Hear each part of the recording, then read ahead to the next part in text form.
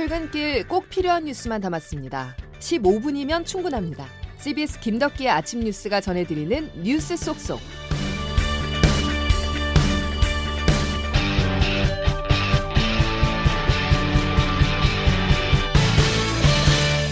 여러분 안녕하십니까? 7월 19일 수요일 김덕기의 아침 뉴스, 오늘부터 사흘간 진행을 맡은 CBS 이준규 기자입니다.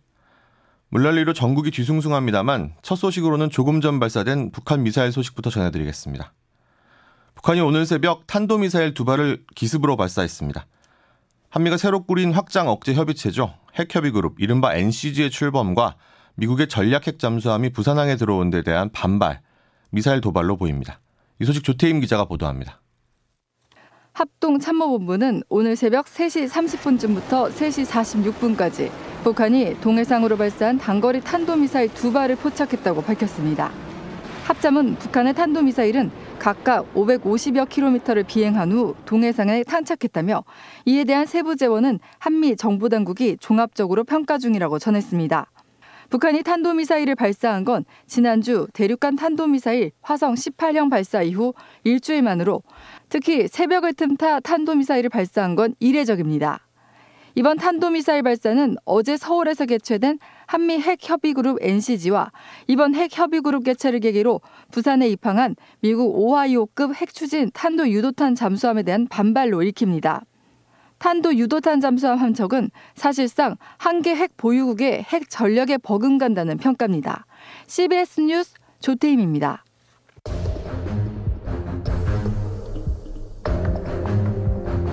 핵 기반의 새로운 패러다임으로 업그레이드된 한미 동맹을 통해 북한의 핵과 미사일 위협을 원천적으로 봉쇄하기 위한 실체적인 노력들을 전개해 나갈 것입니다.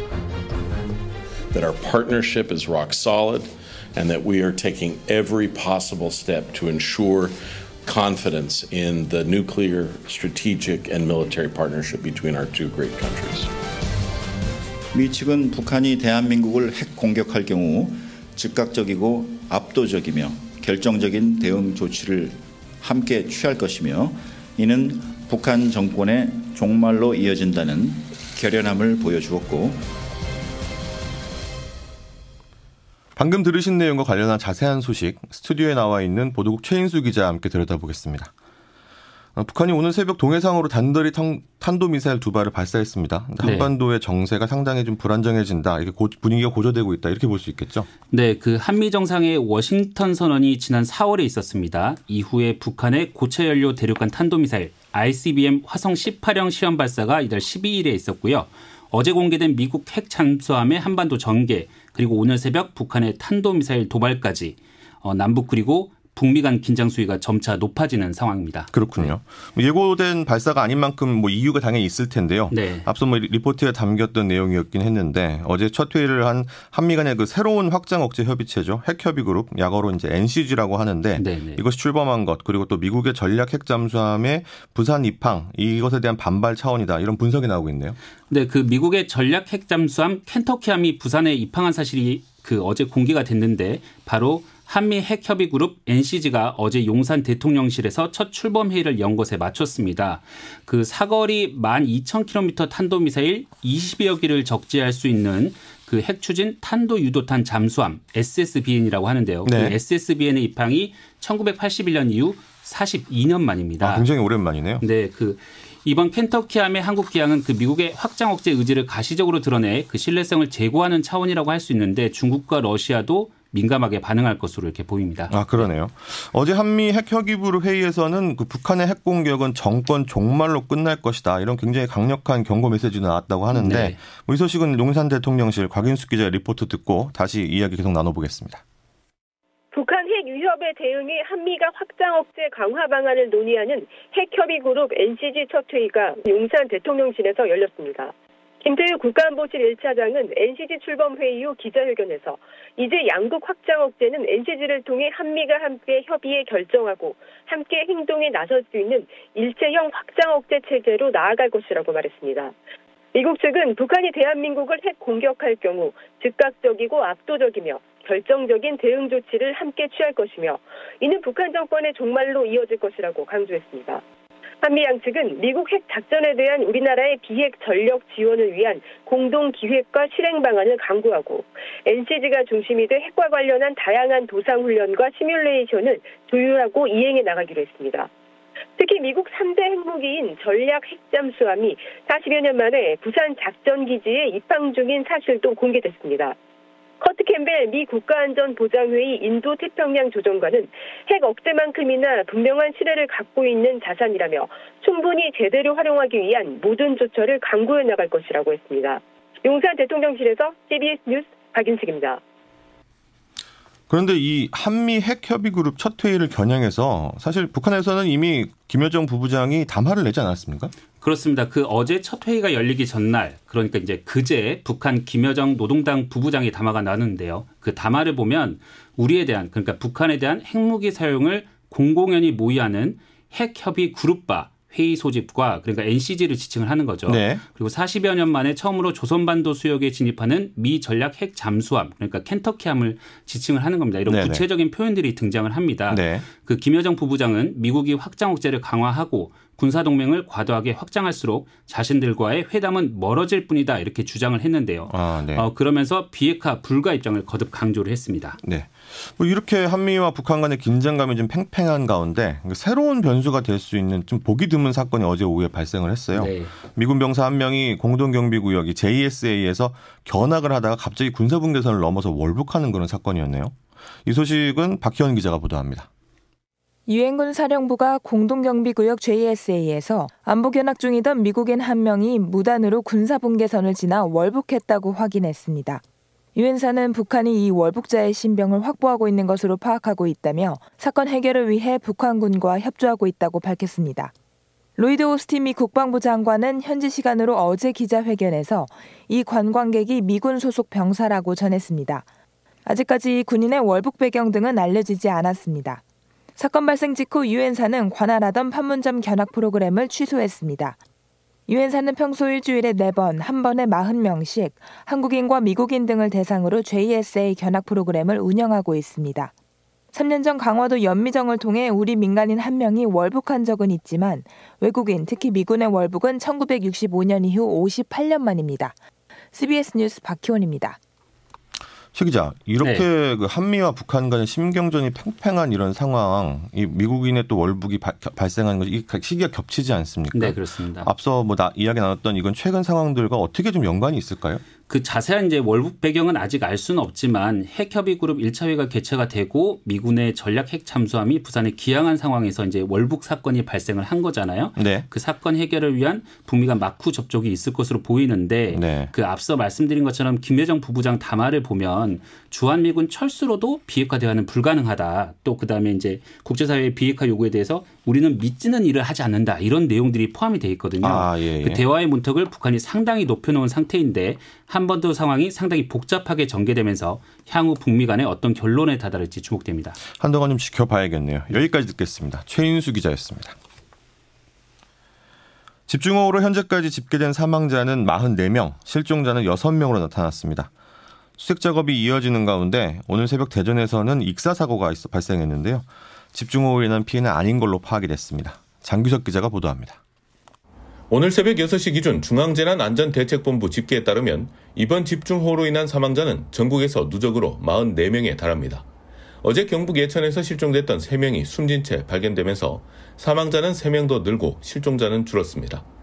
오늘 새벽 1시쯤 대전시 대전천 보문교 인근에서 19살 남성이 물에 빠졌다가 4시간 만에 심정지 상태로 발견됐고 어제 저녁 7시쯤에는 울산시 울주군에서 60대 남성이 물이 불어난 하천을 건너던 도중 실종됐습니다.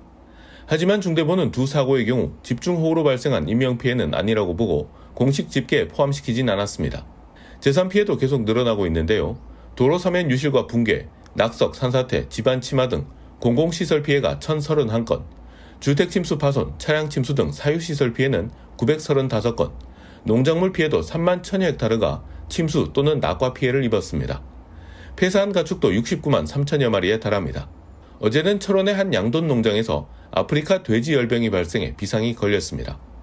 일시 대피한 가구는 15개 시도 111개 시군구에서 1,500여 세대에 달하는데 이 가운데 아직 5,300여 세대 7,800여 명이 집으로 돌아가지 못한 상태입니다. CBS 뉴스 장규석입니다. 수요 소식 이어가겠습니다. 경찰이 14명이 숨진 충북의 청주 오송 지하차도 침수 참사 수사에 착수했는데요. 중대시민재해 적용 여부가 관심사로 떠올랐습니다. 관련법으로 처벌받는 첫 사례가 될지 주목되는데 김종록 기자가 보도합니다. 충북경찰청은 오송 지하차도 침수 참사에 수사관 88명을 투입해 전담 수사본부를 꾸렸습니다. 경찰은 이번 참사에 중대재해처벌법상 중대시민재해를 적용할 수 있을지 들여다보고 있습니다. 중대시민재해는 공중이용시설 등의 설계, 제조, 설치, 관리상의 결함이 원인인 재해인 가운데 사망자가 1명 이상 발생하거나 2개월 이상 치료가 필요한 부상자가 10명 이상 발생한 재해를 말합니다. 이러한 인명피해를 발생하게 한 경영 책임자나 공무원 또는 법인이 처벌 대상에 오릅니다. 이번 참사가 난 지하차도는 공중이용시설이고 대규모 사상자가 발생한 만큼 중대시민재해로 처벌이 이뤄질 가능성이 매우 높습니다. 민변 권영국 변호사입니다. 적용 대상이에요.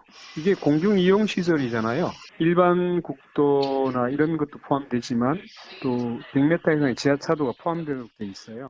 우선 홍수경보가 수차례 있었는데도 도로를 통제하지 않은 충북도, 청주시, 흥덕구 등 지자체가 조사 대상으로 꼽힙니다. 무너진 임시제방을 공사했던 행복청과 시공업체도 안전 확보 의무를 다했는지 따져볼 대상입니다. 다만 침수 신고 이후 통제를 제대로 하지 못했다는 지적을 받는 경찰과 소방 등은 관리 책임이 있다고는 볼 수 없어서 중대시민재해 처벌 대상은 되지 않을 것으로 보입니다. CBS 뉴스 김정록입니다. 윤석열 대통령은 이권, 부패 카르텔에 대한 보조금을 전부 폐지하고 그 재원으로 수해 복구와 피해 보전에 나설 것이라고 밝혔습니다. 윤 대통령은 어제 국무회의에서 카르텔의 정치 보조금을 전부 삭감해 농작물 피해 농가와 산붕괴마을 100% 보전에 투입하라고 지시했습니다. 그러면서 국민의 혈세는 재난으로 인한 국민의 눈물을 닦아드리는 데 적극적으로 사용돼야 한다면서 과하다 싶을 정도로 재정을 쓰라고 강조했습니다.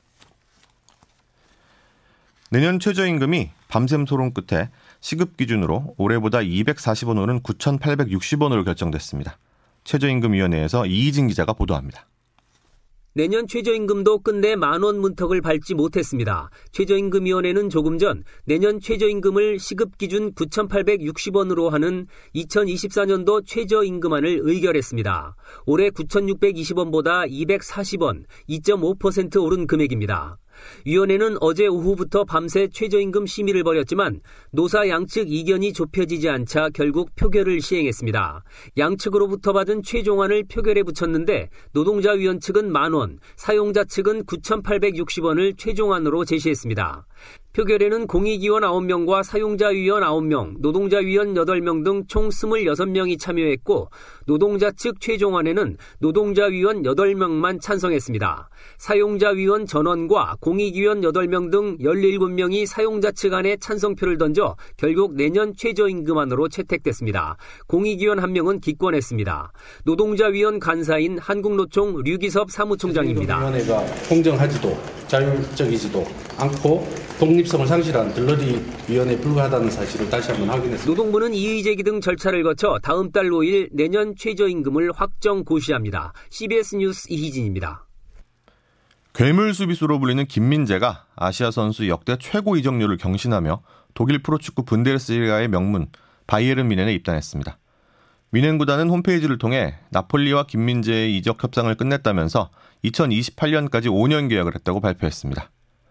뮌헨이 나폴리에 지급한 최소 이적료 금액은 5천만 유로인 것으로 알려졌는데 역대 아시아 선수 최고 금액이었던 손흥민의 3천만 유로를 뛰어넘었습니다.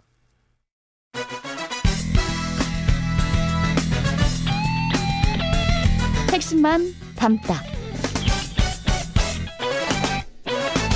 Save your time. 기상청 연결해서 날씨 들어보겠습니다.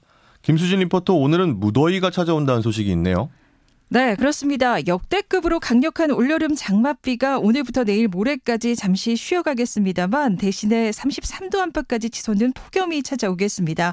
오늘 서울과 춘천, 청주의 한낮 기온 33도, 광주, 대구가 32도까지 오르겠고 습도까지 높아서 불쾌감 높은 무더위가 예상되는데요. 온열 질환에 대한 대비 잘 해주셔야겠습니다. 그리고 오늘 아침까지 중부 내륙과 해안을 중심으로 가시거리가 200m도 안 되는 매우 짙은 안개가 끼는 곳이 있겠고요. 또 남부 남부와 제주도는 아침까지 5mm 미만의 약한 비가 좀 더 이어지는 곳이 있겠습니다. 그리고 당분간 모레까지 장맛비는 주춤하겠지만 대기 불안정으로 인해서 강원 내륙과 충청 남부 내륙을 중심으로 소나기 소식이 잦겠습니다. 날씨였습니다. 수마가 앓기고 한 상처가 채 아물기도 전에 우리 가슴을 답답하게 하는 소식들이 이어지고 있습니다. 안보에는 단호히 대응하고 또 잊혀진 아이들에 대해서는 철저히 조사해서 더 큰 피해를 막아야겠습니다. 7월 19일 수요일 김덕기의 아침 뉴스 여기까지입니다.